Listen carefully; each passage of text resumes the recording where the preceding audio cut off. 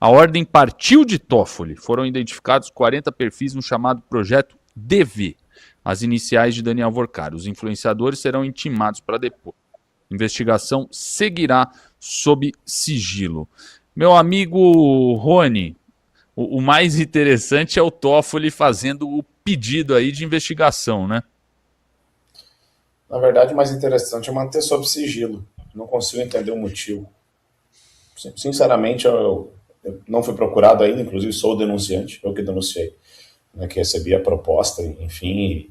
Hoje eu vi até uma postagem da Renata Barreto, né, contou um e-mail que ela recebeu do BRB, ou seja, já ultrapassou a seara apenas do Banco Master, né, pedindo sobre um pedido de orçamento e um almoço com o presidente do banco para criar a narrativa correta para os influenciadores e assim por diante. Pois bem, estamos aguardando aí agora as investigações, por que o Toffoli ele liberou após que... cabe lembrar que após eu fazer a denúncia, 2 dias depois, né, que ela explodiu, o Vorcaro já correu para o Toffoli para fazer uma petição sem ter sido solicitado ou citado, e já tinha saído matérias de que no celular dele foram encontrados indícios desses ataques. Né? Mas é importante salientar para as pessoas também que não há problema no sentido do pessoal pensar, ah, não, mas tá, contratou influenciadores, o que isso vai mudar ou não vai mudar? A questão é que, após essas denúncias, que o nome do Toffoli, eu lembro que quando eu fiz a denúncia, sequer era citado, né, nesse novelo que o Silvio bem disse. Sequer era citado, ou seja, todo mundo estava falando no Brasil apenas de Nicolás Maduro e esquecendo o que estava acontecendo aqui no Brasil. Enquanto isso, eles estavam criando uma narrativa para que o TCU, Tribunal de Contas da União, desse um parecer para, baseado nesse parecer, o Toffoli dar um canetaço, dali a pouco libertar, deixar o Vorcaro não somente livre, mas também com uma indenização, algo do tipo.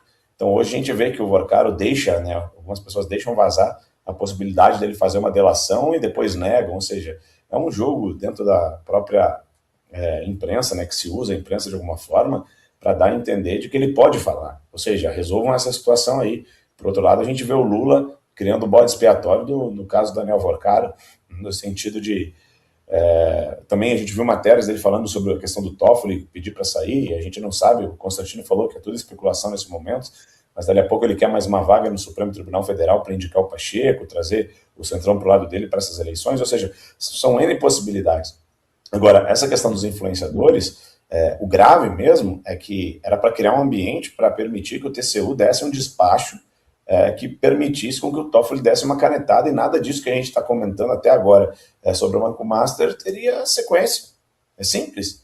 Ou seja, quando os influenciadores estavam fazendo esse trabalho, a gente fez a denúncia, o TCU estava saindo na imprensa diariamente que eles iam de fato, inclusive teve o ministro relator, dizendo que, não, nós vamos investigar passo a passo e por diante, e eles só recuaram depois da explosão dessa denúncia, e aí veio tudo à tona, né? Veio tudo à tona, então algo que eles entendem, se não fosse importante, eles não estavam oferecendo 2 milhões, 3 milhões, 1 milhão aí para os influenciadores fazer esse serviço. Então, a Polícia Federal vai investigar a pedido de quem? Do Toffoli, e agora em sigilo. Muito estranho isso. Ou seja, eu já quebrei um contrato de confidencialidade, né, para denunciar isso. Agora eu tenho que entrar em outro, porque eu não vou poder falar o que eu disse para a Polícia Federal. Vai entender o que esses caras estão fazendo. Eu vou ser muito sincero com vocês, é revoltante isso. Deixa eu aproveitar, vamos falar do Garotinho, depois eu quero a opinião do Consta. O Garotinho explica como funciona o sistema no Brasil. Será que sua análise faz jus à realidade? O ex-governador do Rio de Janeiro viralizou ao explicar como funciona o sistema de poder no Brasil. Segundo ele, o erro é focar nos personagens e ignorar a estrutura. Grandes donos do capital no topo, cortes superiores como proteção jurídica, políticos como operadores, mídia como amplificadora e burocracia como engrenagem. É como a máquina onde as peças são substituíveis, mas o funcionamento nunca muda. O Garotinho aqui, Consta, descreveu essa hierarquia. Você concorda com essa estrutura? Você acrescentaria alguma coisa? Mudaria alguma coisa? Olha, menino, eu mencionei ainda há pouco, né? Como todo esquema simplificado, né? É óbvio que isso peca por deixar de fora muita coisa, muitas nuances, muita coisa complexa que existe nesses acordos de poder e por aí vai. Mas para efeitos didáticos, de você mostrar assim, existe um sistema que a gente vem chamando de sistema, né? Podre e carcomido, que são os tais donos do poder. Vamos lembrar lá de Raimundo Faoro e por aí vai. Né? A turma que manda, a turma que tem poder, que às vezes é muito diferente de ter dinheiro. Né? Tem dinheiro envolvido também, são muitos bilhões, mas tem muita gente com muito dinheiro que não tem poder político, poder de fato, poder de polícia, poder de mandar para prisão os desafetos e por aí vai. Então, esse sistema ele foi muito bem resumido pelo Garotinho, de certa forma. Existe um braço financeiro e olha, a reflexão sugerida pelo próprio André Marsiglia, nosso colega aqui de Braddock e tudo, ela foi muito instigante, né? O Master é um banco médio. O Master comprou metade de Brasília. Imagina um banco grande.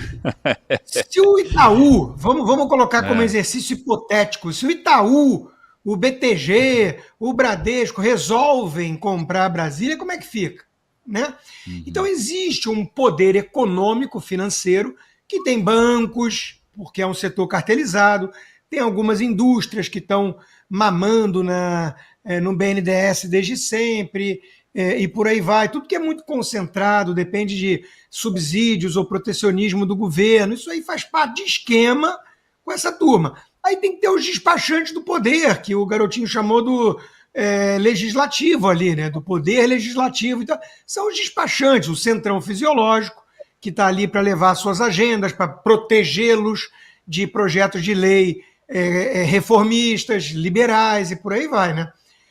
E tem a turma dos guardiões que vem ganhando um protagonismo muito maior do que tinha no passado, que é essa turma do Supremo, que alguns, inclusive, acham que tem até demasiado poder hoje em dia, né? E isso assusta um pouco os tradicionais caciques e tudo mais, porque amanhã o Alexandre de Moraes manda prender qualquer um, censurar qualquer um e por aí.